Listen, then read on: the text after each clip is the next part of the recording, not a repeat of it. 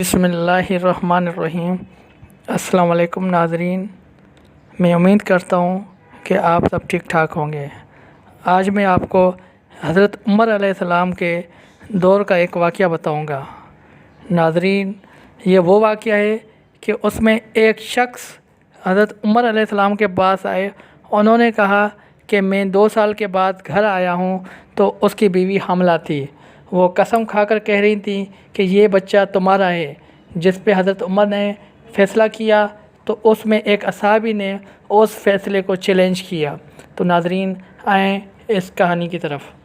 ناظرین، یہ کہانی ہے، ایک شخص حضرت عمر علیہ السلام کے پاس آتے ہیں اور کہتے ہیں کہ میں 2 سال کے بعد گھر آیا ہوں اور میں نے اپنی خوشی سے اپنی بیوی سے ملا، اور جب میں نے اس کو اس حالت میں دیکھا کہ وہ حاملہ تھیں تو میری ساری خوشی ختم ہو گئی اور دل میں غم نے جگہ لے لی کہ میں 2 سال کے بعد گھر آیا ہوں کہ میری بیوی حاملہ کیسے ہوئی۔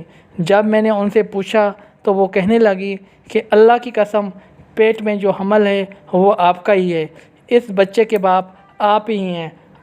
جناب، آپ مجھے بتائیں کہ میں 2 سال تک گھر آیا نہیں تو وہ بچے کی نسبت بھی میرے طرف کرتی ہیں، جب میں نے 2 سال تک اپنی بیوی کو ہاتھ تک نہیں لگایا، ان کو چھوا تک نہیں، تو جناب میری رہنمائی کریں، میں کیا کروں؟ اب حضرت عمر علیہ السلام نے مشورہ کیا اور ارادہ کیا کہ اس عورت کو رجم کریں، اور حکم دیا کہ اس عورت کو رجم کیا جائے۔ تو کون حکم دے رہا ہے ناظرین؟ اس وقت کے بادشاہ، خلیفہ بادشاہ، امیر المومنین حضرت عمر علیہ السلام اس کا حکم دے رہے ہیں۔ تو ان کے پاس ایک صحابی بیٹھے ہوئے تھے جن کا نام تھا معاذ بن جبل۔ انہوں نے کہا کہ میں آپ کے فیصلے کو چیلنج کرتا ہوں، میں یہ آپ کا فیصلہ نہیں مانتا۔ آپ اس عورت کو رجم میں سزا دینا چاہتے ہیں، ٹھیک ہے، یہ ملزم ہے آپ کی نظر میں، مجرم ہے آپ کی نظر میں، آپ اس کو سزا دے رہے ہیں، آپ دیں سزا، لیکن آپ اس بچے کو سزا کیوں دے رہے ہیں؟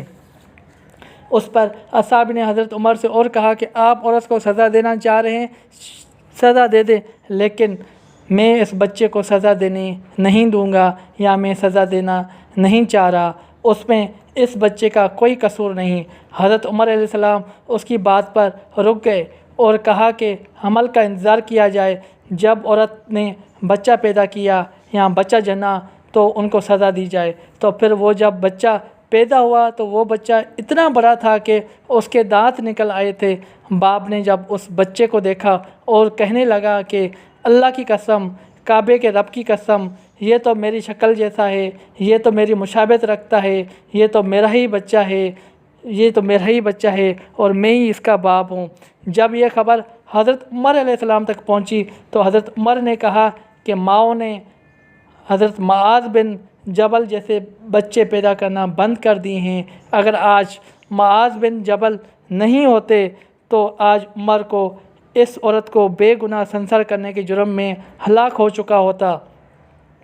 ناظرین، تو دلیل کی روشنی میں کوئی ایسا نہیں ہو سکتا جس کے قول کو، جس کے فعل کو، جس کے عمل کو چیلنج نہ کیا جا سکے، مگر ہاں، چیلنج کرنے کے لیے آپ کے پاس کوئی ثبوت ہونا چاہیے، آپ کے پاس کوئی دلیل ہونا چاہیے، اور دلیل اسلام میں وحی کی مشابہت رکھتا ہے، اور وحی کی 2 ہی قسمیں ہیں، ایک اللہ کے آگے قرآن ہے اور دوسرا مدینے والے کا فرمان ہے۔ تو ناظرین، اس فیصلے کے بعد، اس ساری سچویشن دیکھنے کے بعد حضرت عمر نے اپنا فیصلہ چینج کیا اور اس عورت کو سنسار ہونے سے بچایا اور اس بچے کو اپنے باپ تک اور اپنی صحیح ماں تک پہنچایا۔ ناظرین، میں امید کرتا ہوں کہ آپ کو یہ میری ویڈیو بہت اچھی لگی ہوگی۔ تو ناظرین، اس کے ساتھ آپ اپنا اور اپنے اہل خانے کا خیال رکھیں، اس کے ساتھ ساتھ اس چینل کا بھی۔ اللہ حافظ۔